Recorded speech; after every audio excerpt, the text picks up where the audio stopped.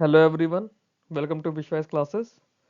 Finance की playlist का session 17 है ये, जिसका नाम है कॉन्सेप्ट ऑफ बजट। ओके, इसमें हम लोग बजट का जो स्टैटिक पार्ट होता है, जो थ्योरेटिकल कॉन्सेप्ट्स हैं बजट से रिलेटेड, बजट के ट्रेंड से रिलेटेड, टाइप ऑफ बजट से रिलेटेड, वो सब कुछ हम लोग करेंगे। जो यूनियन बजट 2026-27 का आया है वो और इकोनॉमिक सर्वे, इन दोनों टॉपिक्स का वीडियो मैं ऑलरेडी प्रेजेंट कर चुका हूँ आप लोगों को। सिलेबस की अगर बात करें तो ये पार्ट सी है फाइनेंस के सिलेबस का, और ये टॉपिक नंबर 7 है the union budget concept approach and broad trends. ठीक है, तो ये सब कुछ हम लोग करंट के हिसाब से, तो हम लोगों ने जो 26-27 का बजट आया है वो ऑलरेडी बजट वाले वीडियो में कर लिया है। यहाँ पे हम लोग सिर्फ बजट के स्टैटिक पार्ट्स को देखेंगे। इसके अलावा इसी वीडियो का एक सेकंड पार्ट आएगा जिसके अंदर हम लोग बजट की समरी को दोबारा से एक बार देखेंगे इन टॉपिक्स के साथ में। तो यूनियन बजट की बात करें, यूनियन बजट क्या होता है? यूनियन बजट हमारा एनुअल फाइनेंशियल स्टेटमेंट होता है। ओके, गवर्नमेंट ऑफ इंडिया का एनुअल फाइनेंशियल स्टेटमेंट होता है जिसे हम लोग यूनियन बजट कहते हैं। और फाइनेंशियल ईयर हमारा 1 अप्रैल से 31 मार्च तक चलता है। तो जो करंट फाइनेंशियल बजट प्रेजेंट हुआ है वो 1 अप्रैल 2026 से लेकर 31 मार्च 2027 तक के लिए है। ओके, बजट हम लोग प्रेजेंट क्यों करते हैं?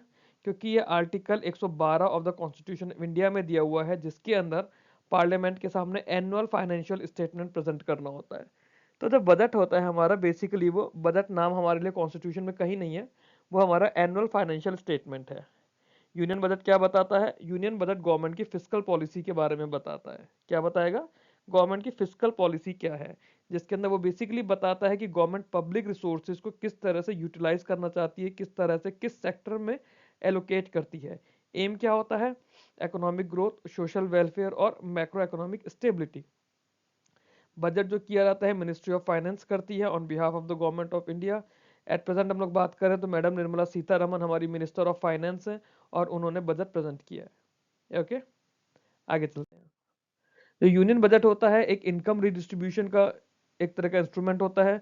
इसमें क्या है? जो भी टैक्स के थ्रू गवर्नमेंट को पैसा मिल रहा है उसको गवर्नमेंट पब्लिक एक्सपेंडिचर में किस तरह से करती है, क्योंकि गवर्नमेंट का भी एम होता है कि इकोनॉमिक और सोशल इनक्वालिटीज खत्म हो। तो बजट एक तरह का इंस्ट्रूमेंट की तरह काम करता है। ओके, बाकी इसके अंदर ऐसा कुछ नहीं है इन तीनों चारों पॉइंट्स में, ये आप लोग एक बार रीड कर सकते हैं। बजट की अगर बात करें तो 2026-27 का जो बजट है इसका एम्फेसिस रहा है विकसित भारत। ठीक है, विकसित भारत हम लोगों ने बजट में बार बार पढ़ा था, और उसका फोकस क्या था? ग्रोथ, इंक्लूसिविटी और लॉन्ग टर्म कॉम्पिटिटिवनेस। क्या क्या था? ग्रोथ, इंक्लूसिविटी और लॉन्ग टर्म कॉम्पिटिटिवनेस। ये क्या कर रहा था? बैलेंस कर रहा था इसने ग्रोथ को, फिजिकल डिसिप्लिन को, स्ट्रक्चर रिफॉर्म्स को। बजट ने फोकस किस चीज पर करा था? जो हमारा बजट था, यूथ पे, फार्मर्स पे, वुमेन पर, एमएसएमई पर, मिडिल क्लास पर, और इंक्लूसिव डेवलपमेंट प्रायोरिटीज बताई गई थी। ठीक है, अगर हम बजट के स्ट्रक्चर की बात करें तो बजट में क्या क्या होता है? बजट का सबसे पहला पार्ट होता है रेवेन्यू बजट। रेवेन्यू बजट में क्या होता है? रेवेन्यू बजट बताता है कि गवर्नमेंट की रेवेन्यू रिसीट्स कितनी है, मतलब रेवेन्यू की फॉर्म में सरकार की अर्निंग क्या हुई है, और रेवेन्यू की फॉर्म में खर्चा, जो रेवेन्यू एक्सपेंडिचर होता है। ठीक है, रेवेन्यू रिसीट्स क्या होती हैं? ये वो रिसीट्स होती हैं जिस पर सरकार की कोई लायबिलिटी नहीं बनती। Okay, they do not create any liability. और इसमें क्या होता है कि गवर्नमेंट के रिडक्शन ऑफ एसेट्स भी नहीं होते, मतलब सरकार के जो एसेट्स है उसमें भी कुछ रिडक्शन नहीं होता। They do not create any liability और lead to a reduction in government assets. Tax revenue जैसे है ना, तो रेवेन्यू रिसीट्स के अंदर टैक्स रेवेन्यू है। टैक्स रेवेन्यू क्या होता है? जो हमारा इनकम टैक्सेस के थ्रू या डायरेक्ट इनडायरेक्ट टैक्सेस के थ्रू सरकार पैसा अर्न करती है। फिर कुछ नॉन टैक्स रेवेन्यू होता है जिसमें सरकार ने तो कहीं पे पैसा लगाया हुआ है, उस पर डिविडेंड मिल रहा हो, इंटरेस्ट रिसीट्स मिल रही हो, फीस आ रही हो, पेनल्टीज ले रही हो, या पब्लिक सेक्टर एंटरप्राइजेस के प्रॉफिट्स हो। ये सब सरकार के रेवेन्यू रिसीट्स होती हैं। क्या क्या हुई रेवेन्यू रिसीट्स की अगर हम बात करें तो? जो सरकार हमारे पास टैक्सेशन से पैसा लेती है, या फिर जो सरकार को डिविडेंड या इंटरेस्ट रिसीट्स मिलती हैं, या फिर जो पब्लिक सेक्टर एंटरप्राइजेस के प्रॉफिट्स होते हैं, ये सरकार का रेवेन्यू रिसीट्स है।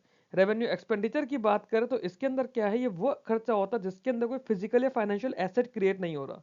ठीक है, और गवर्नमेंट जो नॉर्मली काम कर रही है उस काम को करने के लिए खर्चा होता है, जैसे सैलरीज हो गई, पेंशन हो गए, या इंटरेस्ट के पेमेंट्स हो गए, सब्सिडीज गवर्नमेंट देती है, स्टेट्स को ग्रांट्स देती है। तो ये जो खर्चे हैं, ये जो रोजमर्रा की सरकारी जो कार्य प्रणाली है, रोजमर्रा का सरकारी काम है, उसमें जो भी खर्चा हो रहा है वो हमारा रेवेन्यू एक्सपेंडिचर कहलाता है। ठीक है, अब हमारे पास क्या होता है कि अगर मान लीजिए हमारा रेवेन्यू डेफिसिट चल रहा हो। रेवेन्यू डेफिसिट का क्या मतलब है? कि सरकार जो इनकम कर रही है, जो रेवेन्यू रिसीट्स है, वो हमारी रेवेन्यू एक्सपेंडिचर जो खर्चा हो रहा है उससे कम है। मतलब हमारी इनकम कम है और खर्चा ज्यादा है, तो उस केस में हमारे पास डेफिसिट होगा। वो हमारा रेवेन्यू डेफिसिट होता है जब रेवेन्यू रिसीट्स हमारी रेवेन्यू एक्सपेंडिचर से कम होती हैं। तो इससे हमें पता चलता है कि गवर्नमेंट अपने करंट कंजम्पशन को पूरा करने के लिए पैसा बोरो कर रही है। ठीक है, तो ये क्या है कि गवर्नमेंट कंजम्पशन अपने मतलब खर्चों के लिए पैसा उधार ले रही है, एसेट क्रिएट नहीं कर रही है। अगर एसेट क्रिएट करने की बात होती तो वो कैपिटल एक्सपेंडिचर कहलाता।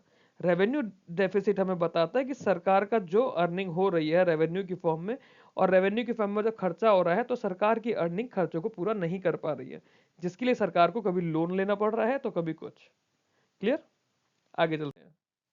कैपिटल बजट होता है, कैपिटल बजट के अंदर दो चीजें आती हैं, कैपिटल रिसीट्स और कैपिटल एक्सपेंडिचर। ठीक है, अब कैपिटल रिसीट्स क्या होती हैं? कैपिटल रिसीट्स वो होती हैं जिसके अंदर या तो कोई लायबिलिटी बन रही है या फिर गवर्नमेंट के एसेट्स कम हो रहे हैं। ठीक है, जैसे गवर्नमेंट ने मार्केट से बोरो कर लिया, या स्मॉल सेविंग्स स्कीम का पैसा है, या एक्सटर्नल सोर्सेज है ना, ये हमारा लार्जेस्ट कंपोनेंट बनाते हैं कैपिटल रिसीट्स का। क्या?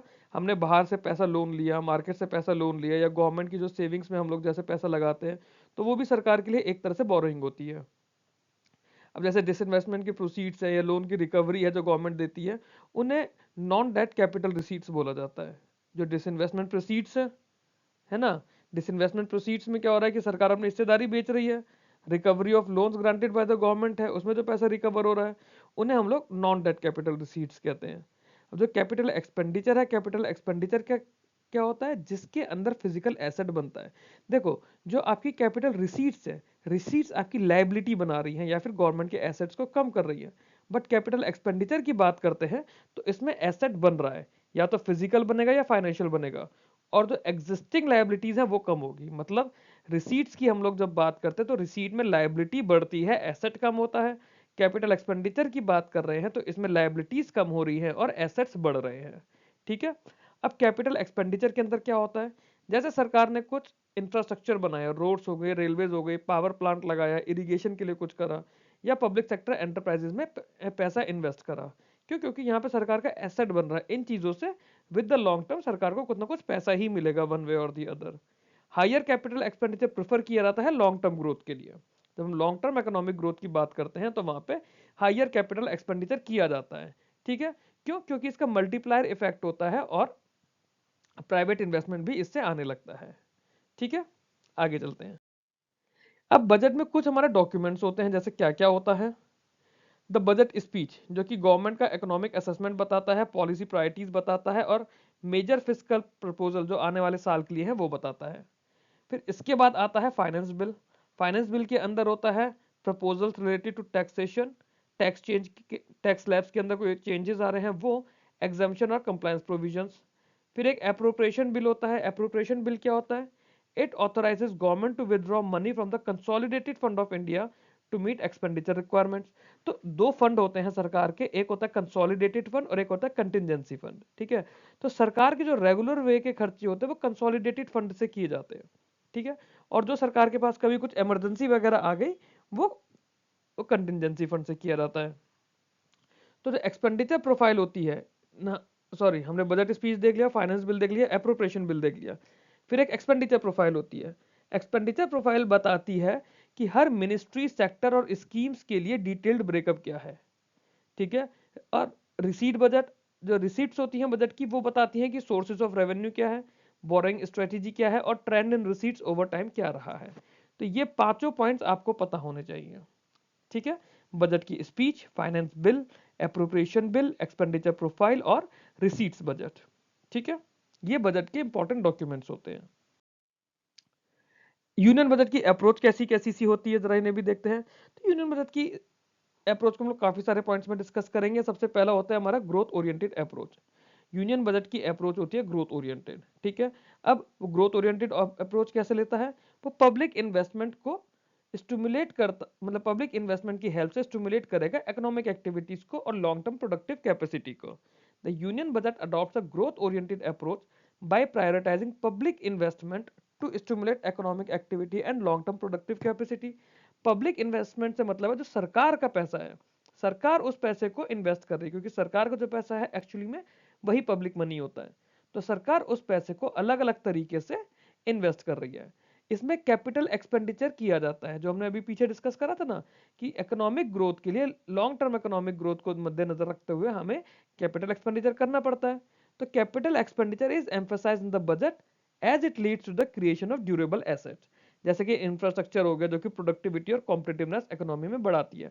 अगर अच्छे हाईवेज होंगे, अच्छी रोड्स होंगी, तो उससे क्या होगा, आपका गुड्स का ट्रांसपोर्टेशन ईजी हो जाएगा। जो ट्रांसपोर्टेशन ट्रक्स की हेल्प से हो रहा है, ट्रक वालों को अच्छे हाईवेज मिलेंगे, फ्री हाईवेज मिलेंगे, तो वो जल्दी अपना सामान को पहुंचा पाएंगे।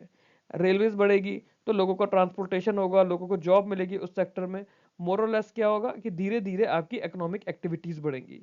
इकोनॉमिक एक्टिविटीज बढ़ रही हैं, लोगों को जॉब्स मिलेंगी, लोगों के हाथ में पैसा आएगा, वो पैसा फिर मार्केट में सर्कुलेट होगा वन वे और दी अदर।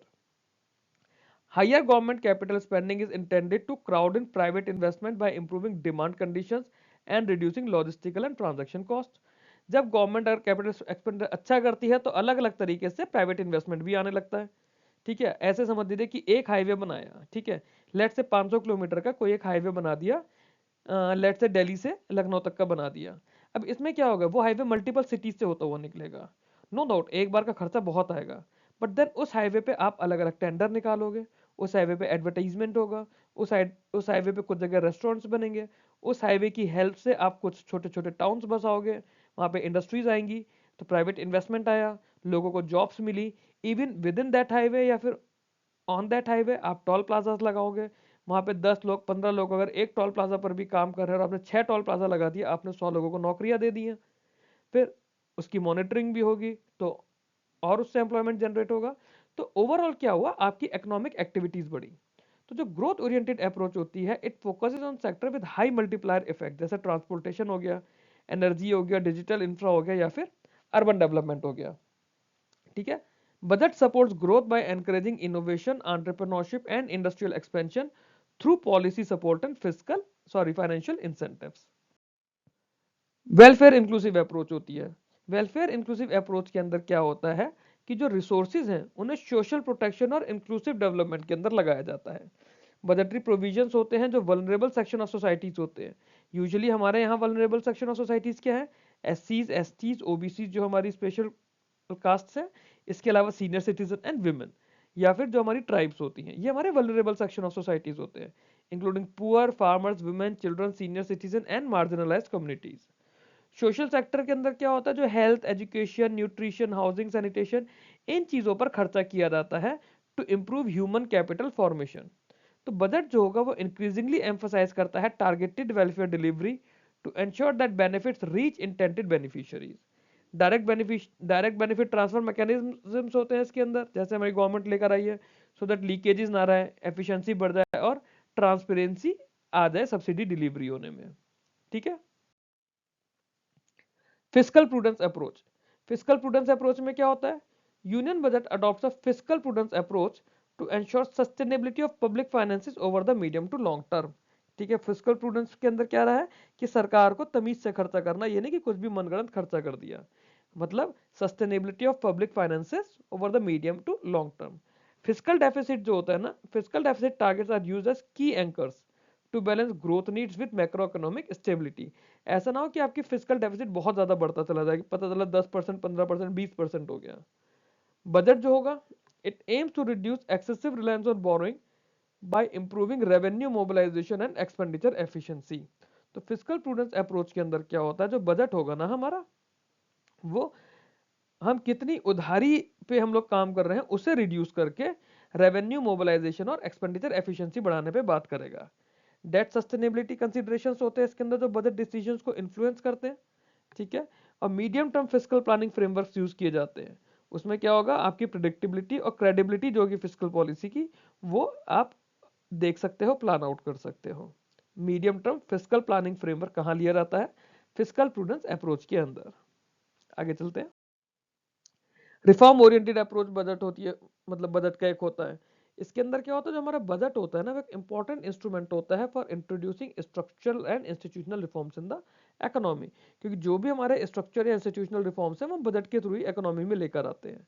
टैक्स रिफॉर्म्स जो होते हैं वो परस्यू किए जाते हैं ताकि टैक्स सिस्टम हमारा सिंप्लीफाई हो सके, टैक्स बेस हमारा बड़ा हो सके और वॉलंटरी कंप्लायंसेस का इंप्रूव हो पाए। बजट जो होगा फाइनेंशियल सेक्टर रिफॉर्म्स को भी सपोर्ट करता है, उनकी एफिशिएंसी बढ़ाता है, स्टेबिलिटी बढ़ाता है और इकोनॉमी का क्रेडिट फ्लो भी बढ़ाता है। रिफॉर्म जो होंगे पब्लिक एक्सपेंडिचर मैनेजमेंट के वो लिए जाएंगे to improve outcomes and reduce inefficiencies. इसके अलावा बजट में आप गवर्नेंस रिफॉर्म्स को भी प्रमोट करते हो by encouraging digitization, transparency and accountability in public service delivery. ये सब कुछ बजट में क्यों होता है? क्योंकि ये जो खर्चे हैं, आपने अगर ऐसा प्लान कर रखा है कि इस तरह के खर्चे हैं, तो आप उन खर्चों को जस्टिफाई कैसे करोगे? सवाल ये आएगा, क्या ऐसा कुछ पहले से प्लानिंग नहीं की गई? उस समय जो भी खर्चे होंगे वो खर्चे कहाँ से किए जाएंगे? क्योंकि सरकार का तो सारा पैसा बजट में लग रहा है। तो ये सारी चीजें भी आपको बजट का ही पार्ट बनानी पड़ती हैं। Counter cyclical fiscal policy approach होती है। इसके अंदर क्या होता है कि इकोनॉमी को स्टेबलाइज रखने के लिए ये अप्रोच रखी जाती है during the period of economic fluctuations. ठीक, जब इकोनॉमिक स्लो डाउन होता है ना, तो बजट में adopt an expansionary stance by increasing expenditure और reducing taxes to boost demand. जब इकोनॉमिक स्लो डाउन होगा तो सरकार को होगा कि लोगों के पास पैसा पहुंचे। पैसा कैसे पहुंचेगा? तो सरकार अपना एक्सपेंडिचर बढ़ाएगी, या फिर जो टैक्स की रिक्वायरमेंट है, सरकार की टैक्स की डिमांड होती है, उसे कम करेगी। लोगों के हाथ में पैसा होगा तभी वो पैसा मार्केट में जाएगा और इकोनॉमिक स्लोडाउन को काउंटर कर पाएगा। फिस्कल टारगेट में फ्लेक्सिबिलिटी दी जाती है एक्स्ट्राऑर्डिनरी सर्कमस्टेंसेज में, जैसे इकोनॉमिक क्राइसिस, एक्सटर्नल शॉक्स को ही होता है। काउंटर साइक्लिकल अप्रोच जो होती है, it helps in smoothening economic cycles and maintaining overall macro economic stability. ठीक है, क्या कर रहा है? It helps in smoothening economic cycles and maintaining overall macro economic stability. Union budget के अगर ब्रॉड टेंस की हम लोग बात करें तो ओवर द इयर्स क्या क्या हुआ है, जो शिफ्ट हुआ है हमारा रेवेन्यू एक्सपेंडिचर से कैपिटल एक्सपेंडिचर की तरफ। क्या हुआ है? Over the year union budget ने हमारा क्या करा है? क्लियर शिफ्ट करा है टुवर्ड्स कैपिटल एक्सपेंडिचर। इससे क्या होगा? लॉन्ग टर्म ग्रोथ पोटेंशियल बनेगा इकोनॉमी का। हमने पीछे डिस्कस करा भी है कि कैसे होता है। ठीक है, अब जैसे अगर हम रोड्स की तरफ, रेलवेज की तरफ, पोर्ट्स की तरफ, एनर्जी की तरफ अपना खर्चा बढ़ाते जाएंगे, तो उससे क्या होगा? स्ट्रक्चरल जो है हमारे देश का स्ट्रक्चरल शिफ्ट आने लग जाएगा। एम्फेसिस हमारा कैपिटल एक्सपेंडिचर पर है, मतलब हमारा प्राइवेट इन्वेस्टमेंट भी उसका हिस्सा बनने लग जाएगा और ओवरऑल इकोनॉमिक एफिशिएंसी बेटर होती चली जाएगी। क्वालिटी ऑफ गवर्नमेंट एक्सपेंडिचर जो है इस सब के अंदर की फोकस एरिया बनता है। ठीक है, पहले तो क्या होता था कि ये था कि सरकार ने कितना पैसा लगा दिया। अब सिर्फ कितना पैसा लगा दिया से काम नहीं चल रहा है, उस पैसे को लगाने से क्या क्वालिटी निकल कर आ रही है, या फिर बेसिकली वो पैसा कितने सही ढंग से इस्तेमाल हो रहा है। जो फिस्कल प्रूडेंस हमने बोला था कि पैसा सही ढंग से इस्तेमाल होना चाहिए, वो भी मैटर करता है। अब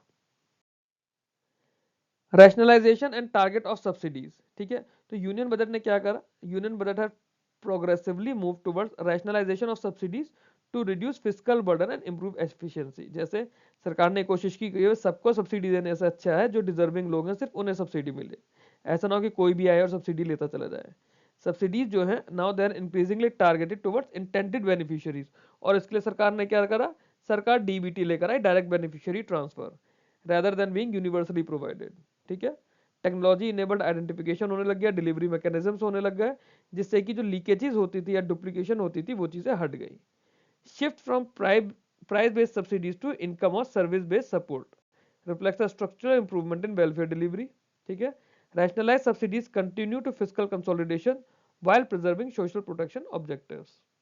इसमें कुछ ऐसा समझाने का था नहीं इन पॉइंट्स में, आगे चलते हैं। Increasing emphasis on direct tax and compliance, ये भी जरूरी था। तो union budget has shown gradual shift towards higher reliance on direct taxes as a stable and progressive source of revenue. ठीक है, जो हमारा डायरेक्ट टैक्सेस है वही मेन हमारा रेवेन्यू का स्टेबल और प्रोग्रेसिव सोर्स है। सिंप्लीफिकेशन करना है टैक्स स्ट्रक्चर का, जो टैक्स बेस था उसे बढ़ाना है, तरह तरह के एग्जम्पशन देने हैं ताकि ये सब अचीव किया जा सके। Greater use of technology and data analytics भी टैक्स कंप्लायंस को इंप्रूव कर रहा है।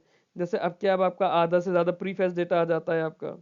लोअर टैक्स रेट्स कंबाइन करते हैं with better enforcement reflect strategy of voluntary compliance. Lower tax rates को अगर आप कंबाइन कर देंगे बेटर एनफोर्समेंट के साथ में, है ना, तो वॉलंटरी कंप्लायंस की एक स्ट्रेटेजी सामने रिफ्लेक्ट होती है। Improve tax buoyancy has increase the government revenue position over the time. ठीक, आगे चलते हैं। एनहेंस ट्रांसपेरेंसी और फिस्कल अकाउंटेबिलिटी की बात कर रहे हैं। एनहेंस ट्रांसपेरेंसी और fiscal accountability. Union government union budget increasingly emphasize transparency in public finances through detailed disclosure and improved reporting. ठीक है, इंट्रोडक्शन आएगा आउटकम बेस्ड बजटिंग का, है ना, जो कि एक्सपेंडिचर को मेजरेबल परफॉर्मेंस इंडिकेटर से लिंक कर पाए। मीडियम टर्म फिस्कल फ्रेमवर्क्स होते हैं जो कि प्रेडिक्टेबिलिटी और क्रेडिबिलिटी बताते हैं फिस्कल पॉलिसी की। और एफर्ट्स किस तरह के किए जा रहे हैं, to reduce of budget borrowings, कि जो भी आपकी बोरोइंग है वो बजट का हिस्सा बने, and improve clarity on government liabilities, enhance transparency, improves investor confidence and parliamentary oversight. ठीक है, कुछ इसमें ऐसा अलग से पॉइंट है नहीं डिटेल में एक्सप्लेन करने का, बेसिक इंग्लिश है, आप रीड कर सकते हैं। Adoption of counter cyclical fiscal policy. ठीक है, अब कई बार क्या होता है, जो अभी हमारा बजट था ना, it demonstrate flexibility in fiscal stand depending on prevailing macroeconomic conditions. Expansionary fiscal policies adopt की गई during economic downturn to support growth and employment. Fiscal condition को परस्यू किया गया, है ना, फिस्कल कंडीशन को परस्यू किया गया during recovery phases to restore macroeconomic stability. Temporary deviation जरूर हुए फिस्कल टारगेट से, वो एक्सेप्ट किए गए ड्यूरिंग एक्सेप्शनल सर्कमस्टेंसेस। एक्सेप्शनल कैसे, जैसे कोविड-19 आया था तो 2020 में 2021 में काफी ज्यादा इकोनॉमिक एक्टिविटी सिर्फ हमारे ही देश में नहीं ग्लोबल लेवल पर अफेक्ट हुई थी। Counter cyclical budgeting helps in smoothing economic fluctuation and maintaining long term stability. तो जैसे आप लोगों ने बेसल नॉर्म्स में पढ़ा था ना, काउंटर साइक्लिकल बफर लगाया था हम लोगों ने, आरबीआई ने काउंटर साइक्लिकल बफर रखा था कि वो extra layer of protection add कर रहा है। Same way counter cyclical budgeting जो है वो इकोनॉमिक फ्लक्चुएशन और लॉन्ग टर्म स्टेबिलिटी के लिए एक एक्स्ट्रा लेयर ऐड करती है। Integration of technology and digital public infra. तो यूनियन बजट जो होता है इंक्रीजिंगली लेवरेज करता है डिजिटल पब्लिक इंफ्रा को to improve efficiency in public finance management. Digital platforms use किए जाते हैं बेनिफिशियरी आइडेंटिफिकेशन के लिए, फंड ट्रांसफर्स के लिए और मॉनिटरिंग ऑफ स्कीम्स के लिए। ओके, टेक्नोलॉजी अडॉप्शन किया जाता है तो उससे क्या होगा, ट्रांसपेरेंसी आएगी, लीकेजेस कम होंगे, सर्विस डिलीवरी बेटर होती जाएगी, डेटा ड्रिवन पॉलिसी मेकिंग हो जाएगी। ये एक इंपॉर्टेंट फीचर भी है मॉडर्न बजटिंग का। डिजिटल इंटीग्रेशन रहेगा, supports better targeting and outcome measurement of public expenditure. ठीक है, तो इसमें क्या होगा, आप नजर रख पाएंगे कि पब्लिक का पैसा कहाँ कहाँ खर्च हो रहा है। आगे चलते हैं, fiscal indicators and trends. Fiscal indicator और उसका ट्रेंड क्या क्या चल रहा है हमारा। फिस्कल डेफिसिट होता है, फिस्कल डेफिसिट क्या बताता है, excess of total government expenditure over the total non borrowed receipts in a financial year. ठीक है, सरकार का कितना खर्चा है और नॉन बोरोड रिसीट्स कितनी हुई है सरकार की किसी फाइनेंशियल ईयर में, वो फिस्कल डेफिसिट बताता है। तो ये चीज हमेशा आने वाले ईयर की प्रपोज की जाती है और पिछले वाले ईयर की रिवाइज कर दी जाती है, क्योंकि जो प्रपोज करा है पूरे साल वही मानेंगे, जब एक्चुअली में निकल कर आएगा तो देखा जाएगा कि आपका प्रपोज वैल्यू सही थी या नहीं थी। It indicate the extent to which government needs to borrow to finance its expenditure. Fiscal deficit से हमें यह भी पता चलता है कि सरकार को अपना खर्चा रखने के लिए कितना फंड और बोरो करना पड़ेगा। ठीक है, गवर्नमेंट के फिस्कल स्टैंस और मैक्रो इकोनॉमिक मैनेजमेंट के लिए की इंडिकेटर होता है। फिस्कल डेफिसिट अगर ज्यादा होगा तो क्या होगा, then it can stimulate growth in the short run but may lead to inflationary pressure and debt accumulation if sustained. मतलब आपने अभी के लिए तो आपने क्या करा, आपने बहुत ज्यादा लोन ले लिया, तो अभी के लिए तो सही है कि आपने लोन ले लिया, बट देन आपको वापस भी तो करना है, तो उसके लिए आपके पास प्रॉपर रोड मैप और पॉलिसीज होनी चाहिए। Union budget generally aim for calibrated reduction in fiscal deficit to ensure fiscal sustainability without compromising growth. ठीक है, अगर पूछा जाए कि सरकार क्यों चाहती है कि फिस्कल डेफिसिट कम रहे, सो दैट फिस्कल स्टेबिलिटी रहे और विदाउट कॉम्प्रोमाइजिंग ग्रोथ रहे। ठीक है, आगे चलते हैं। रेवेन्यू डेफिसिट क्या होता है, ये हम लोग पीछे भी पढ़ चुके हैं, जब सरकार का खर्चा उसके रेवेन्यू रिसीट से ज्यादा हो जाता है। इसका मतलब होता है कि गवर्नमेंट जो है ना, government is borrowing to finance consumption rather than asset creation. तो रेवेन्यू डेफिसिट के टाइम पे अगर सरकार बोरो कर रही है तो वो यूज करने के लिए कर रही है, एसेट क्रिएशन के लिए नहीं कर रही है, क्योंकि रेवेन्यू खर्चों से कभी भी एसेट क्रिएट नहीं होते हैं, ये हम पीछे पढ़ चुके हैं। अब यही अगर चलता रहेगा तो उसमें क्या होगा, अगर लगातार रेवेन्यू डेफिसिट हमारा चलता ही रहेगा, persistent revenue deficit reduce fiscal space for productive capital expenditure. क्यों, क्योंकि आपका जो पैसा है वो तो रेवेन्यू को ही पूरा करने में लग रहा है, रेवेन्यू के खर्चों के लिए, अब कैपिटल एक्सपेंडिचर कैसे कर पाओगे। ठीक है, आगे चलते हैं। प्राइमरी डेफिसिट होता है जो हमारा फिस्कल डेफिसिट है माइनस इंटरेस्ट पेमेंट्स, है ना, तो ये बताता है कि गवर्नमेंट के जो करंट फिस्कल एफर्ट्स हैं excluding the burden of past debt वो क्या है। तो फिस्कल डेफिसिट और प्राइमरी डेफिसिट का ये फर्क है, प्राइमरी डेफिसिट में जो आपने पिछले सालों का पैसा लिया हुआ है, लोन लिया हुआ है, उसका इंटरेस्ट जो होता है वो मैटर नहीं करता है, उसे हम काउंट नहीं करते, नहीं करेंगे तो वो प्राइमरी डेफिसिट बन जाएगा। प्राइमरी डेफिसिट अगर कम होता है मतलब बेटर फिजिकल डिसिप्लिन है, डेट सस्टेनेबिलिटी बेटर है। प्राइमरी डेफिसिट ये पर्टिकुलरली कब रेलेवेंट होता है, medium term physical consolidation efforts के लिए। क्लियर है, आगे चलते हैं। डेट टू जीडीपी रेशियो एक टर्म है, इस बार काफी ज्यादा बजट में आई है, पूछा जा सकता है आपसे इंटरव्यू में भी, थ्योरेटिकली भी। डेट टू जीडीपी रेशियो क्या बताता है कि आउटस्टैंडिंग पब्लिक डेट कितनी है, आउटस्टैंडिंग पब्लिक डेट कितनी है as a proportion of GDP. ठीक है, तो पब्लिक डेट को एज जीडीपी बता रहा है, आउटस्टैंडिंग पब्लिक डेट को। It indicate the sustainability of government borrowing in relation to the size of the economy. Debt to GDP ratio अगर बढ़ता रहेगा तो क्या होगा, may constrain future fiscal flexibility due to higher interest obligation।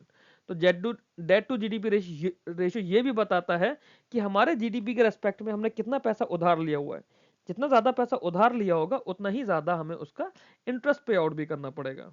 ठीक है, और जो डेट सस्टेनेबिलिटी है ये इन्फ्लुएंस होती है ग्रोथ रेट, इंटरेस्ट रेट और प्राइमरी बैलेंस डायनामिक्स से। ठीक, आगे चलते हैं। क्वालिटी ऑफ एक्सपेंडिचर भी मैटर करता है। ठीक है, हमने पीछे एक टर्म पढ़ी थी कि एक्सपेंडिचर के फिगर से ज्यादा जरूरी इसकी क्वालिटी भी करने लग गई है ना। तो रेवेन्यू और कैपिटल एक्सपेंडिचर पे जो भी एक्सपेंडिचर हो रहा है वो कितना बेटर वे में हो रहा है, कितना ट्रांसपेरेंट हो रहा है। जितना ज्यादा कैपिटल एक्सपेंडिचर होगा हमें पता है कि लॉन्ग टर्म ग्रोथ प्रोस्पेक्ट्स बढ़ेंगे, प्रोडक्टिव कैपेसिटी बढ़ेगी।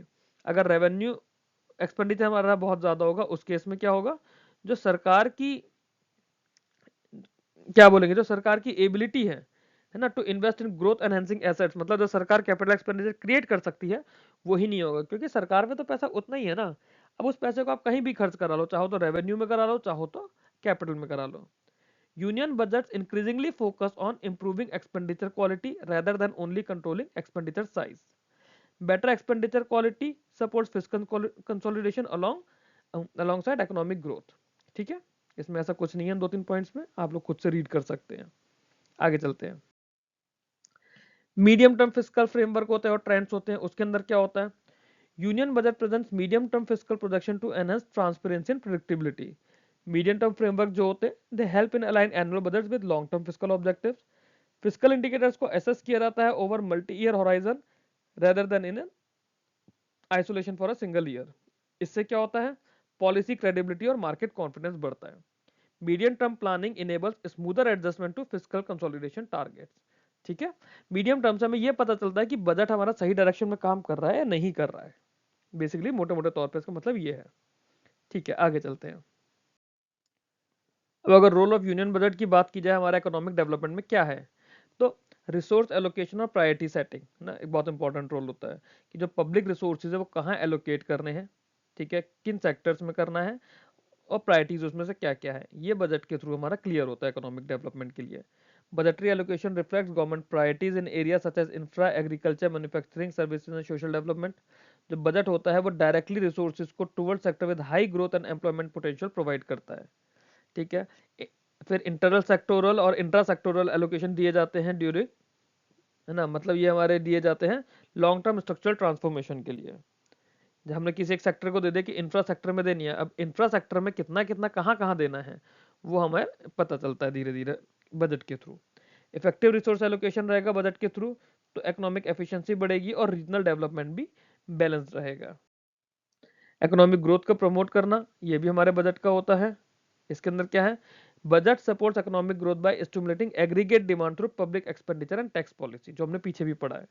ठीक है, कैपिटल एक्सपेंडिचर होगा अगर इंफ्रास्ट्रक्चर में तो उससे प्रोडक्टिविटी बढ़ेगी, है ना, जो बॉटलनेक्स है सप्लाई साइड के वो कम होने लग जाएंगे। टैक्स इंसेंटिव दिए जाते हैं, पॉलिसी सपोर्ट किया जाता है ताकि प्राइवेट इन्वेस्टमेंट आए, एंटरप्रेन्योरशिप आए, इनोवेशन आए। फिर एमएसएमईज को, स्टार्टअप्स को, इंडस्ट्रियल क्लस्टर्स को, उन्हें हम लोग बजटरी सपोर्ट भी प्रोवाइड करते हैं। ग्रोथ ओरिएंटेड बजट जो होते हैं वो हायर एम्प्लॉयमेंट जनरेशन पे काम करते हैं और इनकम एक्सपेंशन पे काम करते हैं। ठीक, आगे चलते हैं। Income redistribution and social justice, इसमें क्या होता है, यूनियन बजट जो होता है इंस्ट्रूमेंट की तरह काम करता है of income redistribution through progressive taxation and targeted public spending. मतलब कि भाई जो लोग ज्यादा कमा रहे हैं उन्हें ज्यादा टैक्स देना पड़ रहा है, जैसे कॉर्पोरेट्स काफी ज्यादा टैक्स देते हैं, फिर हम लोगों के लिए भी अलग अलग टैक्स स्लैब्स हैं हमारी एज के हिसाब, सॉरी, हमारी अर्निंग के हिसाब से। तो जो हायर इनकम ग्रुप्स होते हैं वो लार्जेस्ट शेयर ऑफ टैक्सेस देंगे, है ना। और सरकार उस टैक्स के कलेक्शन को किस तरह से खर्च कर रही है लोअर इनकम ग्रुप में, चाहे सब्सिडी देकर या किसी और तरह से, और वल्नरेबल सेक्शन में, चाहे उनके लिए स्कीम्स लेकर आ रही हैं, उन्हें सब्सिडी दी जा रही है, या फिर पीएम किसान जैसी स्कीम में उन्हें डायरेक्टली फाइनेंशियल एड दी जा रही है। सोशल सेक्टर की स्पेंडिंग करती है सरकार उसी से, हेल्थ में, एजुकेशन में, न्यूट्रिशन में, है ना। जैसे प्रधानमंत्री आवास योजना आ गई है जो एक हमारी हाउसिंग स्कीम है। तो ये सारा पैसा जो है ये इनकम रिडिस्ट्रीब्यूशन हो रहा है और सोशल जस्टिस किया जा रहा है। पॉवर्टी एलिविएशन और ह्यूमन कैपिटल फॉर्मेशन पे भी सरकार काफी ज्यादा पैसा खर्च करती है ना। एम्प्लॉयमेंट जनरेशन स्कीम्स लेकर आती है सरकार, लाइवलीहुड सपोर्ट देती है, सोशल सिक्योरिटी प्रोग्राम दिए जाते हैं। बजटरी एलोकेशन जो होगा हेल्थ और एजुकेशन में, वो ह्यूमन कैपिटल की क्वालिटी बढ़ाएंगे, प्रोडक्टिविटी बढ़ाएंगे। न्यूट्रिशन, सैनिटेशन और हाउसिंग के वे में एक्सपेंडिचर किए जाते हैं ताकि लिविंग स्टैंडर्ड्स अच्छा हो सके, वर्कफोर्स पार्टिसिपेशन बढ़े। तो बेसिकली जब हम ह्यूमन कैपिटल में इन्वेस्ट करते हैं, ह्यूमन कैपिटल मतलब जो हमारे देश के नागरिकों पे जब इन्वेस्ट कर रहे हैं ताकि वो अच्छा वर्कर बन पाए, अच्छा लेबर बन पाए, अच्छा एंटरप्रेन्योर बन पाए, तो हम लॉन्ग टर्म ग्रोथ सस्टेनेबिलिटी की बात करते हैं। और पॉवर्टी रिडक्शन जो होता है बजट में, वो भी सोशल स्टेबिलिटी और इकोनॉमिक रेजिलियंस को बढ़ाता है। मैक्रो इकोनॉमिक स्टेबलाइजेशन होता है, ये भी यूनियन बजट का एक बहुत इंपॉर्टेंट रोल होता है कि कैसे मैक्रो इकोनॉमिक एक्टिविटीज को मैनेज करता है कंट्री लेवल पर। फिर जैसे काउंटर साइक्लिकल फिस्कल मेजर्स होते हैं, है ना, ताकि ग्रोथ को सपोर्ट किया जा सके ड्यूरिंग डाउन टर्न्स में, रेस्टोरेंट डिमांड में, ड्यूरिंग इन्फ्लेशनरी फेजेस में। फिस्कल डिसिप्लिन जो होगा वो प्राइस स्टेबिलिटी और इन्वेस्टर कॉन्फिडेंस पे फोकस करेगा। अब जैसे प्राइस स्टेबिलिटी के लिए एक तो आरबीआई की मॉनेटरी पॉलिसी है, उसके साथ साथ हमारी फिस्कल पॉलिसी भी होती है। ईएसआई के अंदर थोड़ा सा पढ़ेंगे इस चीज को। कोऑर्डिनेशन रहता है फिस्कल पॉलिसी और मॉनेटरी पॉलिसी का to enhance macro economic stability. फिर स्टेबलाइजेशन होता है through budgeting reduces the severity of economic cycles. ठीक है, क्लियर, आगे चलते हैं। Balance regional and sectoral development होता है ना। तो यूनियन बजट जो होता है हमारा रीजनल डेवलपमेंट को भी सपोर्ट करता है थ्रू टारगेटेड ट्रांसफर और इंफ्रा स्पेंडिंग। स्पेशल फोकस फिर भी हम लोग बैकवर्ड रीजन्स को, रूरल एरियाज को, एस्पिरेशनल डिस्ट्रिक्ट्स को देंगे। ठीक है, बट इसमें क्या होता है, सेक्टर स्पेसिफिक एलोकेशंस अगर होंगे तो इकोनॉमी में हमें ये पता है कि किन सेक्टर में कब ज्यादा पैसे की जरूरत है, चाहे वो ऑटोमोबाइल सेक्टर हो, हाउसिंग सेक्टर हो, रियल एस्टेट हो, कॉमर्शियल रियल एस्टेट हो, इलेक्ट्रॉनिक्स हो, डिफेंस हो। तो इससे हमें ये पता चलता है हमें कहाँ पैसा देना है, कहाँ पे इम्बेलेंस चल रहा है। अगर बैलेंस डेवलपमेंट रहेगा तो उसमें क्या रहेगा, नेशनल इकोनॉमिक इंटीग्रेशन भी रहेगा। और ऐसे ही अगर हम ठीक है, हम रीजनल डेवलपमेंट की बात करते हैं, वहां भी रीजन वाइज देखना होता है, हर स्टेट को, हर तरह के लोगों के पास जो भी बजट है उसके बेनिफिट्स पहुंचे। लॉन्ग टर्म स्ट्रक्चरल ट्रांसफॉर्मेशन होता है, इसमें क्या, जो यूनियन बजट होता है वो रिसोर्सेज को शिफ्ट करने की कोशिश करता है towards productive and emerging sectors. जो पब्लिक इन्वेस्टमेंट होगा वो एग्रीकल्चर को मॉडर्नाइज करेगा, मैन्युफैक्चरिंग को बढ़ावा देगा, ग्रोथ ऑफ सर्विसेज पे काम करेगा, टेक्नोलॉजी पे, इनोवेशन पे, डिजिटल इंफ्रा पे एम्फेसिस होगा, है ना। और ये कैसे होगा, जब एक नॉलेज बेस्ड इकोनॉमी इस सबसे रिजल्ट होकर आएगी। स्ट्रक्चरल रिफॉर्म्स अनाउंस किए जाते हैं बजट में जो कि कॉम्पिटिटिवनेस और प्रोडक्टिविटी बढ़ाते हैं। लॉन्ग टर्म ट्रांसफॉर्मेशन जो होगा, it ensure sustainable and resilient economic development. तो इसमें कुछ ऐसा था नहीं, आई थिंक 4-5 पॉइंट्स हैं, आप इंग्लिश टू हिंदी खुद से भी इसे रीड करके कर सकते हैं। इस वीडियो में फ्रेंड्स हम लोग इतना ही करेंगे। नेक्स्ट वीडियो में जो हमारा प्रेजेंट यूनियन बजट है उसको मैं इन पॉइंट्स के आधार पर समझाने की कोशिश करूंगा। Till then I would expect कि आप लोग जो भी फीडबैक हो इससे रिलेटेड आप मेरे को कमेंट बॉक्स में बताएं, या फिर ये मेरा टेलीग्राम का चैनल है, ये मेरा टेलीग्राम का ग्रुप है आरबीआई ग्रेड बी के लिए, यहाँ पे हम लोग इसे डिस्कस कर सकते हैं। Thanks for watching this video, keep learning, keep growing.